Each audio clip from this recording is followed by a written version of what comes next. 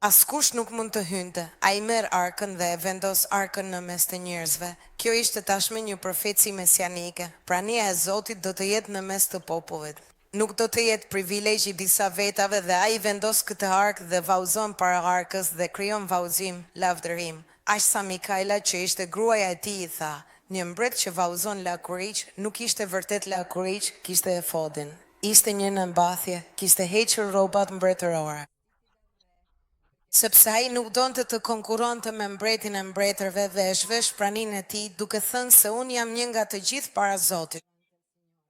Këtu ai mëson se të gjithë jemi të barabartë para Zotit, madje edhe mbretërit priftëring, të gjithë të barabartë para Zotit. Amin. Dhe është hera e parë në histori që arka e beslidhjes Gjen në mes të njerëzve, profetikisht duke thënë se prania e Zotit është për të gjithë. Amin.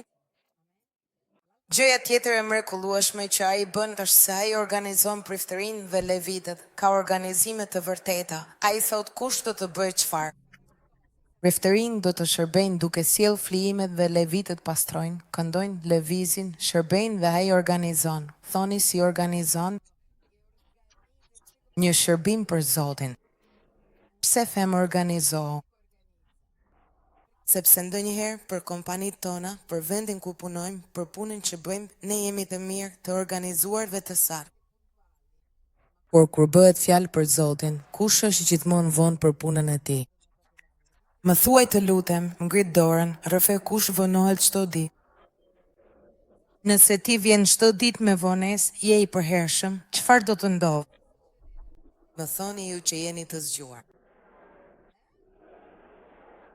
Ok, kush është punëvendësi juaj? Ndonjëherë as nuk ju pëlqen, nuk do të kërkoj të ngrini dorën sepse ka kamera, ndoshta dërgojnë ndonjë foto. Ndonjëherë as nuk të pëlqen, por nga frika e ndëshkimit ti vjen. Unë ndonjëherë vi këtu, në orën 10. Gjysma e kishës është këtu. Pyetja ime është, pse për punëvendësit tuaj, që ndonjëherë as nuk ju pëlqejnë, jeni të përpitë dhe nuk jeni të zot të nderoni Zotin duke ardhur më herët në shtëpinë e tij? Djen, serioziteti i përket nderit. Nuk vjen për mua, vjen për ta nderuar atë. Do të jem atje, kam një takim me Zotin, me frymën e shenjtë, në kohën që Zoti ka caktuar, do të jem atje. Do të jem atje i pari. Amin. Mirë je shumë i mirë kush është bariullit. Ai krijoi festimin e festave fetare, krijoi festë rreth shtëpisë së Zotit. Gjëja tjetër që krijoi ishte muzika, kompozoi psalmet, vendosi lavdërimin dhe adhurimin për herë të parë në histori. Më parë kishte lavdërim dhe adhurim vetëm me një kohë, pra vetëm kur bëhej shërbesa për Zotin. E dini çfarë bëri Davidi? Zoti nuk meriton lavdërim vetëm për një kohë, por 24 orë. Në fakt, flitet për Jezusin që rikthen, rivendos tabernakullin e Davidit në veprat e apostujve. Tabernakulli i Davidit ishte. Unë dua që njerëzit të adhurojnë Zotin 24 orë, askush të mos ndalet sepse vinë tek unë që jam mbret dhe duan të rinë me mua. Unë dua njerëz që duan të jenë me Zotin dhe të vendosin një adhurim të vazhdueshëm, që ai të adhurohet, të nderohet për herë i mrekullueshëm. Pastaj ai promovon drejtësinë dhe moralitetin, sipas Samuelit të 2:8-15, Davidi mbretëroi mbi gjithë Izraelin duke administruar të drejtën dhe drejtësinë mbi gjithë popullin. Pastaj ai restauron betimin. Të gjitha flijimet duke thënë se ne duhet t'i japim Zotit më të mirën dhe i mëson popullit të sjellë më të mirën nga ajo që fitonin, më të mirën nga ajo që jetonin, prandaj Zoti thot një zemër sipas zemrës së Zotit. Sepse ai e dinte që Zoti ishte gjithçka që ai kishte vinte nga duart e tij. Dhe pastaj ai bëri politikisht riorganizimin ushtarak dhe administrativ. Në kohët e të gjithë mbretërve të tjerë, pra të Saulit dhe të tjerëve që ishin në epokën e gjyqtarëve, ata përgatiteshin për luftë vetëm kur kishte një thirrje për luftë. E mbani mend shofarin që ishte pak a shumë si trumbeta e asaj kohe? Thërrisnin njerëzit për luftë dhe të gjithë vinin ashtu si ishin. Davidi ishte i pari që organizoi ushtrinë. Lexova një libër dikur për luftrat e Izraelit, ku thuaj se në kohën e Davidit ushtarët nuk I mbanin të gjitha armaturat në shtëpi dhe pastaj iknin. Ishte tashmë brenda mureve të qytetit. Do me thënë, sa po filloi lufta, ata thjesht hitën, ata morën gjëra dhe ishin gjithmonë të stërvitur. Amin. Sepse kur do të bësh një reform, duhet të krijosh organe organizative, thuaj me mua organizat, nëse do të ndryshosh jetën tënde, duhet të organizohesh për të ndryshuar jetën tënde, nuk ke pse të thuash, unë duhet të ndryshoj. Është si të shkosh për darkë me miq, hajde shihemi për darkë. Po, kjo është bukur, dhe për 3 vjet kemi thënë se do të shihemi për darkë, nuk jemi parë kurrë, e di pse? Se nuk I hapëm kalendarët dhe nuk thamë kur mundeni. Unë të hënën, ti të martën, pastaj takohemi për darkë. I keni parasysh ata që thonë, hajde, sa bukur, çfarë thua? Sa herë I thoni këto? Mua më ka ndodhur shpesh, pastaj e takoj përsëri, më ndodhi tani në Rong, një pastor më thotë, ti më premtove që do vije në Napoli. Pastori, të kam thënë, kalendarin në dorë. Sepse unë të premtoj, ti më premton, Dani, çfarë po I premtojmë njëri tjetrit, këtu nuk del asgjë. Amin, është e njëjta gjë, dua të ndryshoj. Nga ku? Si do të filloni? Si do ta bësh? Si do të jetë? Shkruaj, krijo, programa. Por ekziston fryma e shenjtë do t'ju udhëzoj të programoni. Perëndia është një perëndi I organizuar, aq shumë sa që kur dërgoi Jezusin e quajti këtë plani I shpëtimit. Amin. Zoti bëri një plan për të dërguar Jezusin. Bëni një plan për jetën tuaj. Numri 5. Zhvillimi ekonomik. Duke zhvilluar luftrave betejë, ai filloi të kishte më shumë ekonomi dhe ishte në gjendje ta menaxhonte ata. E dini që kur kishte luftë, melmit plaçkën e luftës. Ata ishin të pasur. Kush e dinte që ushtarët ishin të pasur? Sepse ata ishin të parët që merrnin plaçkën e luftës, kështu që mbreti merrte 2 fishin, ata sillnin gjëra sepse ishte pagesa e tyre për faktin që kishin rrezikuar jetën në luftë dhe pastaj gjithçka shkonte në arkën e shtetit. Davidi gjithçka që merrte e vinte mërnjan dhe I tha të birit, kur të ndërtosh tempullin, pjesa ime nuk shkon për mua, por për të. Ty është një zemër sipas zemrës së Zotit. Unë nuk I fitoj betejat për vete, unë I fitoj për të nderuar mbretin. Kjo është diferenca e madhe. Do të bënte edhe. Unë nuk I fitoj betejat për vete, unë I fitoj për të nderuar mbretin. Ok, mund të bëni një këngë. Pastaj është edhe gjëja tjetër që bëri, zgjerimi territorial sepse filloi të pushtonte kudo, sepse kur je I organizuar pushton, thua se kur unë organizohem, pushtoj dhe gjëja e fundit që bëri ishte kodifikimi I ligjit. Ligji I Mojsiut ekzistonte tashmë, por ai filloi të kërkonte njerëzve ta interpretonin mirë ligjin pa e ndryshuar atë. Amin. Tani vin të reformatori më I madh në botë, si quhet ai? Jezusi. A erdhi Jezusi për të ndryshuar gjithçka? Jezusi erdhi gjithashtu për të reformuar, sepse Perëndia kishte hedhur tashmë themelet. Gjëja e parë që Jezusi ndryshon është reforma e adhurimit. Thuaj adhurim me mua. Njerëzit shkonin në tempull për të adhuruar, adhuronin ata që nuk ishin të Zotit përpara imazheve dhe ai vjen dhe thotë se nuk është kështu si adhurohet. Fjala adhuraren do të thotë dashuri, afrim, zhvendosje.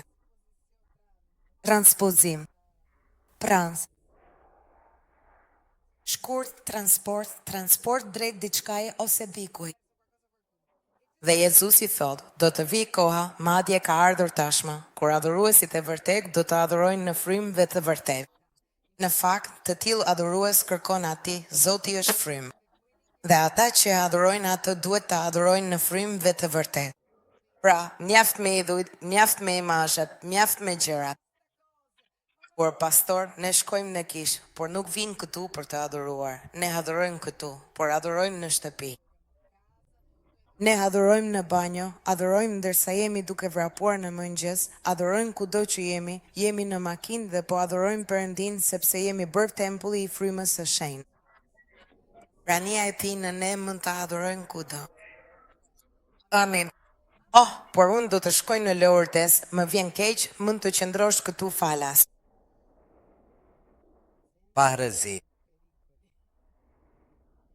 Gjëja tjetër që bëri ishte të mësonte rreth ligjit dhe profetëve. Shiko këtë pasazh që dua ta lexoj me ty.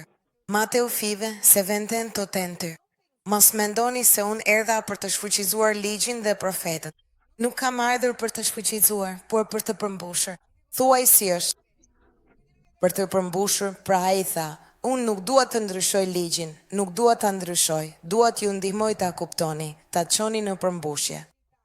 Në fakt, ju them me të vërtetë se derisa të kalojnë qielli dhe toka, nuk do të kaloj asnjë shkronjë e vetme, asnjë presje e vetme nga ligji, do me thënë derisa të marrë fund bota, ajo që ka thënë Zoti mbetet e thënë. Vetëm me ndonjë rregullim të vogël, apo jo.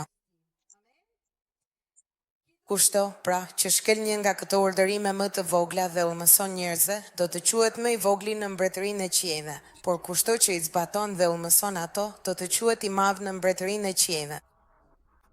Kjo gjë rreth faktit që ne jemi në hir, dhjata e vjetër nuk vlen më, është një gënjeshtër e mohuar nga Ungjilli i Mateut. Nuk po e them unë, kam një papagall. Amin.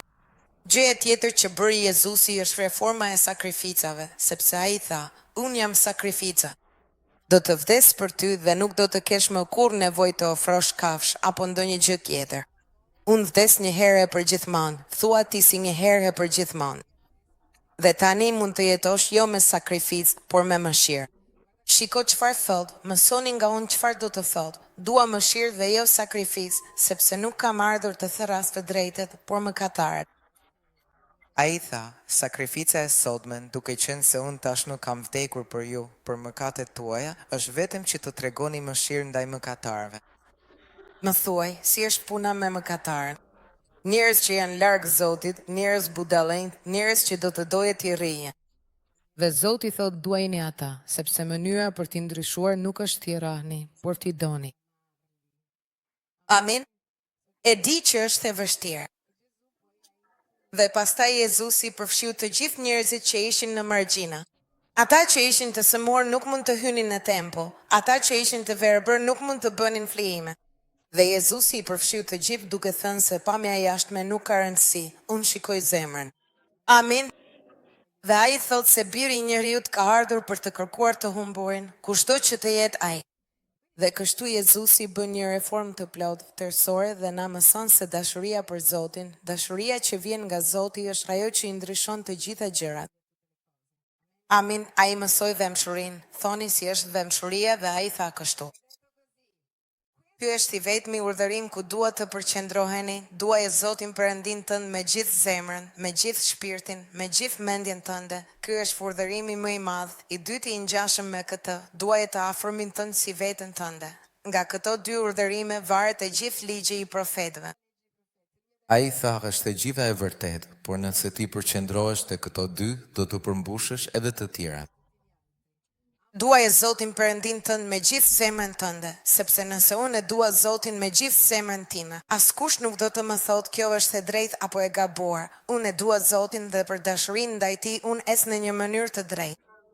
Dhe pastaj thot pas kësaj, përpiqu të duash të afërmin tënd siç të veten. E di që ne mbrojmë veten dhe fajsojmë të tjerët siç të veten. Para se të flasësh keq për dikë, thuaj, po të flisnin kështu për mua, a do më pëlqente? Para se të dënoje dikë, thuaj, a do më pëlqente mua? Para se të thuash diçka, pyet veten, a do më pëlqente mua? Nëse është kështu, thuaj po. Tani për të përfunduar. Cilat janë, pra, kam thënë gjithë këtë për të treguar çfarë duhet të bëjmë ne, cilat janë reformat që duhet të sjellim sot. Çfarë është kusht që kisha e Jezusit në botë, në Itali, në Europë është larguar nga Zoti dhe ku duhet të kthehemi që të jemi gati për zgjimin më të madh që toka do të përjetojë? Më thoni cilat janë, shikoni 2 Kronikave 7:14 thot. Nëse populli im, mbi të cilin është thirrur emri im, për ulur, lutet, kërkon fytyrën time. Le të shkojmë atje. Ju jeni populli im. Për kë është ky pasazh? Për ata që nuk besojnë në Zot apo për ata që besojnë në Zot? Në rregull, ky pasazh i thotë të gjitha për mua. Bëre dorën këtu për mua. Jeni ju që jeni populli i Perëndis, mbi të cilët thirret emri i Perëndis. Ti e për unë veten. Unë jam, jo, ti je askush. Zot, ti je gjithçka. Ju lutem, thuaj si lutesh.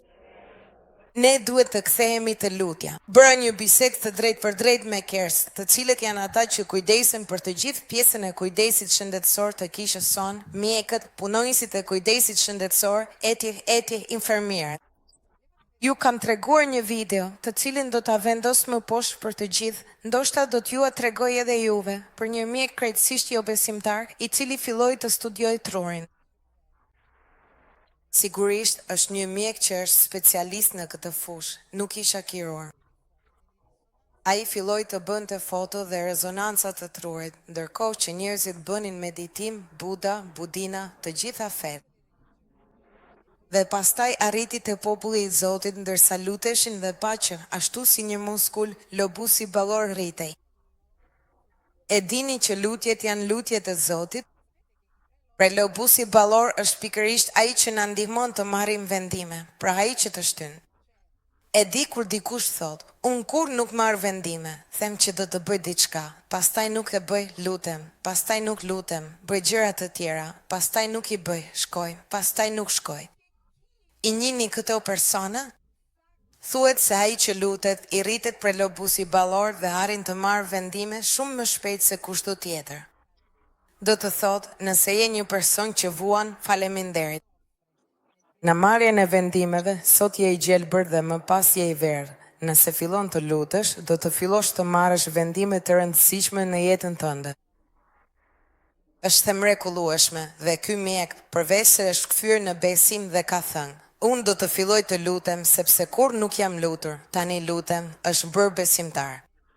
Dhe është e rëndësishme sepse ai ka bërë rezonanca ndërkohë që dikush lutej në gjuhë dhe ka parë se si kjo gjë, si truri, kur je duke u lutur, reagon. Ai ka thënë, me meditimin nuk reagon, me mantrat e ndryshme nuk reagon, por kur thua Zot Jezus, kjo gjë është gati, punon, rritet, shumëzohet.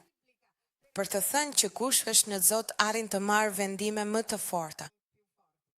Nëse lutet, nëse populli im lutet, thoni si lutet. Kërkon fytyrën time, po flas për lutje, kthehet nga rrugët e tij të këqija. Kush? Populli i tij, jo ata jashtë. Zoti po flet për një kthim të popullit të tij, thot, unë do të përgjigjem nga qielli, do të fal unë. Mëkatet e tij dhe nuk thot do të shëroj familjen tënde, thot do të shëroj vendin tënd. Pra shërimi i Italis, shërimi i Milanos që sot është krejt si Far Est, varet nga një popull që përul veten, që lutet. Varet nga një popull që kërkon fytyrën e Zotit dhe Zoti thot, nëse ti do ta bësh këtë, popullit Zotit, kujt po ja jep përgjegjësinë? Unë e ndryshoj vendin tënd, e ndryshoj qytetin tënd, e ndryshoj kombin tënd, nëse e bën këtë. Amin. Ne duhet të kthehemi, le të shohim se çfarë duhet t'i kthejmë Zotit me gjithë zemër. Një më thuaj si është, reforma e parë që duhet të bëjmë, është të kthehemi të Zoti me gjithë zemër. Më thuaj si është, me gjithë zemër. Thuaj përsëri, me gjithë zemër. A tha Jezusi ta duam atë me të njëjtën monedhë? Me gjithë zemrën tënde, që do të thot me gjithë shka që ke, të gjitha gjërat e tjera janë të bukura, janë të mira, janë interesante, por zemra jote, qendra e jetës sate, duhet të jetë të Zotit. Amin. Por as mua nuk më ka rënë asgjë nga qielli ende. Është një vendim. Filloni të luteni sot që lobi juaj frontal të funksionojë dhe të jeni me gjendje të merrni këtë vendim. Amin. Vendimi për të vendosur. Vendos. Së dyti, duke u kthyer te predikimi i besimit, më tregoni si është. Unë as martese. sepse në kish nuk duam vetëm të mësojmë mendja thot, edhe nëse është e mirë, por duam të mësojmë besimin dhe të më tregojnë diçka, duhet t'i japin një shans fjalës së Zotit, sepse ka njerëz që e lexojnë Biblën një herë dhe thonë në rregull. Kjo nuk ndodhi, Zoti nuk ekziston. Ju e dini që për të bërë palestër, për të pasur muskuj të bukur, të fryrë, nuk ndodh nga dita në natë. Kam parë një tip super të madh nga ata që merren në bodybuilding që tha se për të pasur vërtet duhen 4 deri 5 vjet për të formuar muskuj. Pra, nuk është se shkon sot në palestër, bën një ditë, shkon para pasqyrës dhe thua: po, nuk ndodhi brenda natës, nuk u rri. I mendon, po iki sot të zgjohem mesër, shfeson e gerë. Ndoshta duhet të hash mirë, të hash proteina, vezë dhe pa sheqer, dhe sa herë duhet ta bësh atë ushtrim? Sa herë? Nuk do të dorëzohesh që ditën e parë, apo jo? Jo.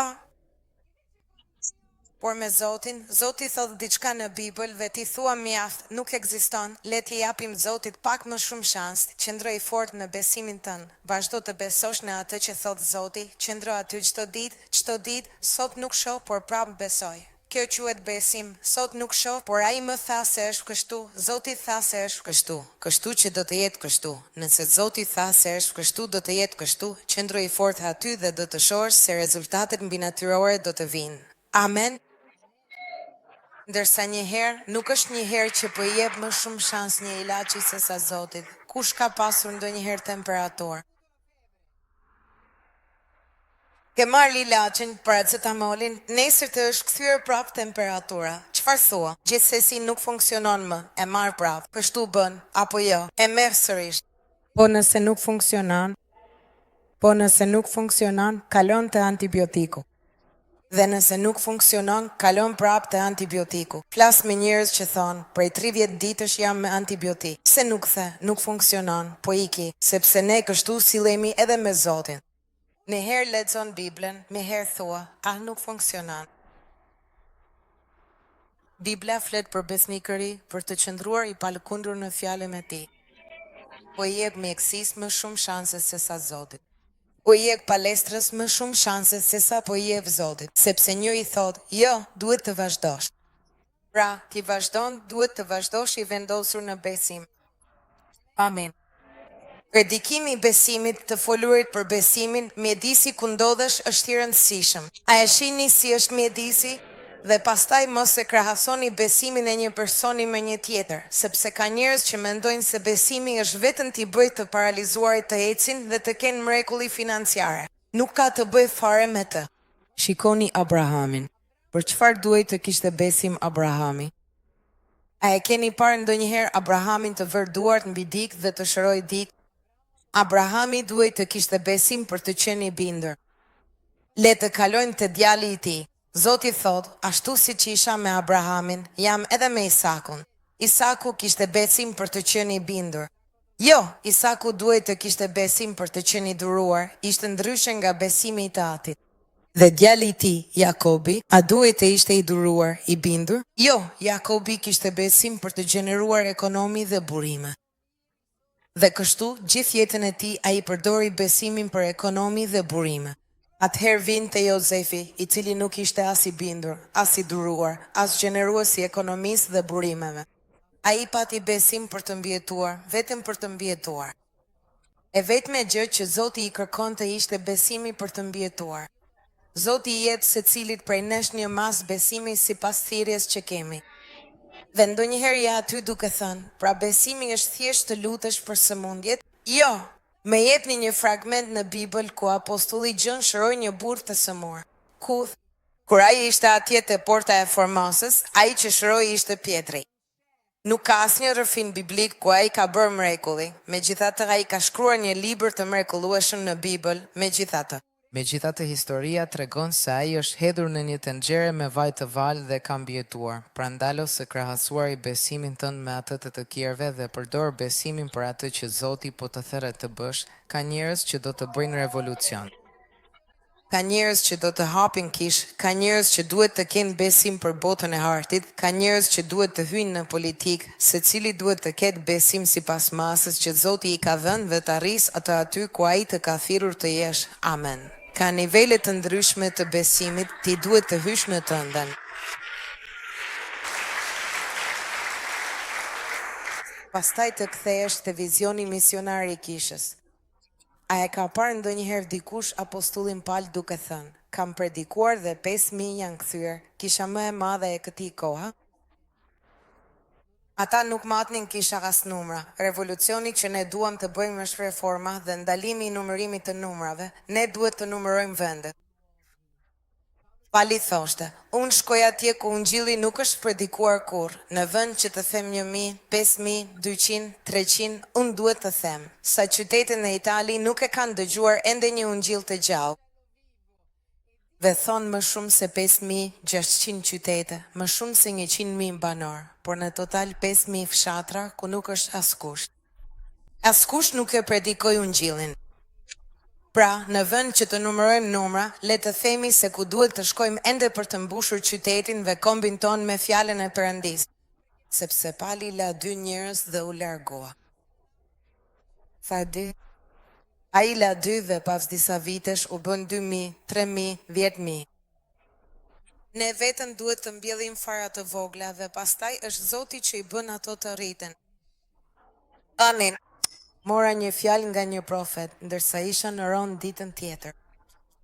Me Cindy Jacobs, ajo quhet Sharon Stone, por nuk ka lidhje fare me Sharon Stone, është e vogël kështu, pra është vetëm emri dhe tha, Pastor Roslin, unë shoh që Zoti ju thërret të mbillni drita të vogla në të gjitha kombet. Do të ketë drita të mëdha dhe drita të vogla, dhe ju po mbillni drita të vogla. Dhe unë thash, jemi ne, po ngrem një flamur, nuk ka rëndësi, ndoshta do të shkoj një qift të predikoj ungjillin, por ai qift pastaj do të transformoj. Amin. Kemi qenë në Rusi dhe na treguan historinë e këtij pastori që pati vizionin e një treni që kalonte nëpër Transsiberian, një person tha, ose unë trenin, një sipërmarrës, dhe ai sfidoi njerëzit e kishës së tij, pa para, pa ditur rusisht të shkonin në këtë tren dhe ata zbrisnin në çifte pa para, pa ditur rusisht në periudhën më të keqe të Rusisë për të predikuar ungjillin. Sot kishat më të mëdha në Rusi quhen bota e jetës. 2 persona. Qifte që zbritën pa para, pa e ditur gjuhën, duke thënë Krishti në mua, shpresa e lavdis. Dhe ka kisha me 300, 500, 600 i kam njohur. Sot janë të gjithë pleqë që flasin rusisht dhe thonë ne ishim në planin e Zotit, sepse duhet marrëzia e ungjillit për të transformuar kombet. Duhet të kthehemi te kisha, është një kishë misionare, është një kishë që shkon, që hap, që krijon. Po përfundojmë të kthehemi te shenjtëria. Mjaft më me skandalet, pastori ka tradhtuar, ai tjetri ka shkuar me atë, ai ka ikur. Këta njerëz nuk e njohin Zotin, duhet të konvertohen, duhet të ndalojnë së thëni po, gjithçka është në rregull. Jo, duhet të jemi radikal. Duhet t'i kërkosh dikujt shiko jetën time, ditën tjetër bëra këtë. Një pastor mik imi më tha shiko më, sepse kishte frikë, thoshte unë shikoj përreth dhe them kush qëndron në këmbë për të mos rënë. Fale të shikojmë njëri tjetrin. Nëse shohim që po bëjnë diçka të gabuar, të flasim. Nëse ti shej që unë shikoj një grua tjetër kur gruaja ime nuk është, ma thuaj, ndihmojnë të qëndroj në këmbë, ti kërkojnë njerëz dhe ndihmë, askush nuk qëndron në këmbë vetëm, kërkon ndihmë, të shikojmë njëri tjetrin, të dëgjojmë njerëzit që janë në jetën tonë. Amin. Sepse bota sot është e tmerrshme, kemi nevojë për ndihmë. Prandaj, të kthehesh te besimi radikal është pika ime numër 5. Zoti ka thënë, Zoti është, unë vdes për këtë. Pra, të kthehesh te lutja dhe fjala e Zotit. Djema, nëse populli im lutet, nuk mund të kesh një jetë me Zotin pa kaluar kohë me Zotin. E bi që duket absurde, por nuk kam dëshirë. Edhe unë ndonjëherë nuk kam dëshirë, por nuk kam dëshirë. Ndonjëherë zgjohem shumë herët për ta bërë këtë sepse gjithë dita ime është e mbushur. Ndonjëherë nuk kam dëshirë të zgjohem me 6 për të lutur, por zgjohem gjithsesi sepse nuk e brin nga dëshira, e brin nga një angazhim me Zotin. Nuk mund të kem një angazhim me punën time më të madh se sa një angazhim me Zotin. Por pastaj ndihemi detyruar, çvendësi ka. Pra, në jetë bëjmë shumë gjëra sepse ndihemi të detyruar apo jo. Sa herë ke dëshirë të shkosh në palestër duke thënë, sa bukur, sot duhet të vrapoj 10 kilometra, kam edhe trajnerin personal që më lodh për vdekje. Pra, ke dëshirë të shkosh? Por gjithsesi shkon, pastaj je edhe i lumtur. Numri 7. Të rikthehemi të marrin vendet më të rëndësishme në vendimarrjen e kombit ton. Ky lëvizje e krijuar shumë vite më parë quhet 7 male. Kush ka dëgjuar ndonjëherë për këtë? 7 male. Ku populli i Zotit thot, ne kemi harruar politikën dhe sot njerëzit që janë në politikë vendosin gjithçka në kundërshtim me atë që ne besojmë. Ne kemi lënë pas dore ekonominë dhe në ekonomi ata sot bëjnë çfarë të duan. Ne kemi thënë, edukimin bëjeni ju dhe sot ata edukojnë fëmijët tanë pikërisht ashtu siç ne nuk duam që t'i edukojnë. Ne duhet të kthehemi dhe të rimarrim në zotërim vendet në shoqëri ku ne vendosim. Gjem, studioni, bëhuni më të mirët në universitetin tuaj, avokatët më të mirët në gjithçka që bëni, që të vendosni me parime. Amin, shikoni cilat janë 7 malet. Qeveria, kisha, arsimi, mediat, ekonomia, arti, kultura dhe familja. Ne si të krishterë kemi deleguar shumë. Tani është momenti të rimarrim në dorë 7 malet dhe të themi, unë dua të jem ai që vendos të përgatitem.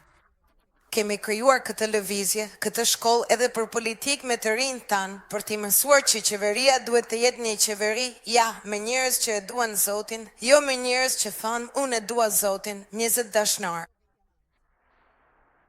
Ne i shohim qeveritarët tanë edhe me ruzare, me zonjën, pastaj shkon në sheh jetën e tij, ka 25 dashnare. Kjo nuk është krishterim, ne duhet të pozicionohemi. I krishteri është i mrekullueshëm sepse Krishti brenda nesh është një forcë mbinatyrore. Vetëm se ne mendojmë, unë nuk jam askush, unë nuk vlej asgjë, unë nuk mundem. Le të ndalojnë me këtë kompleks të mallkuar inferioriteti. Krishti në ne, thot Bibla, është shpresa.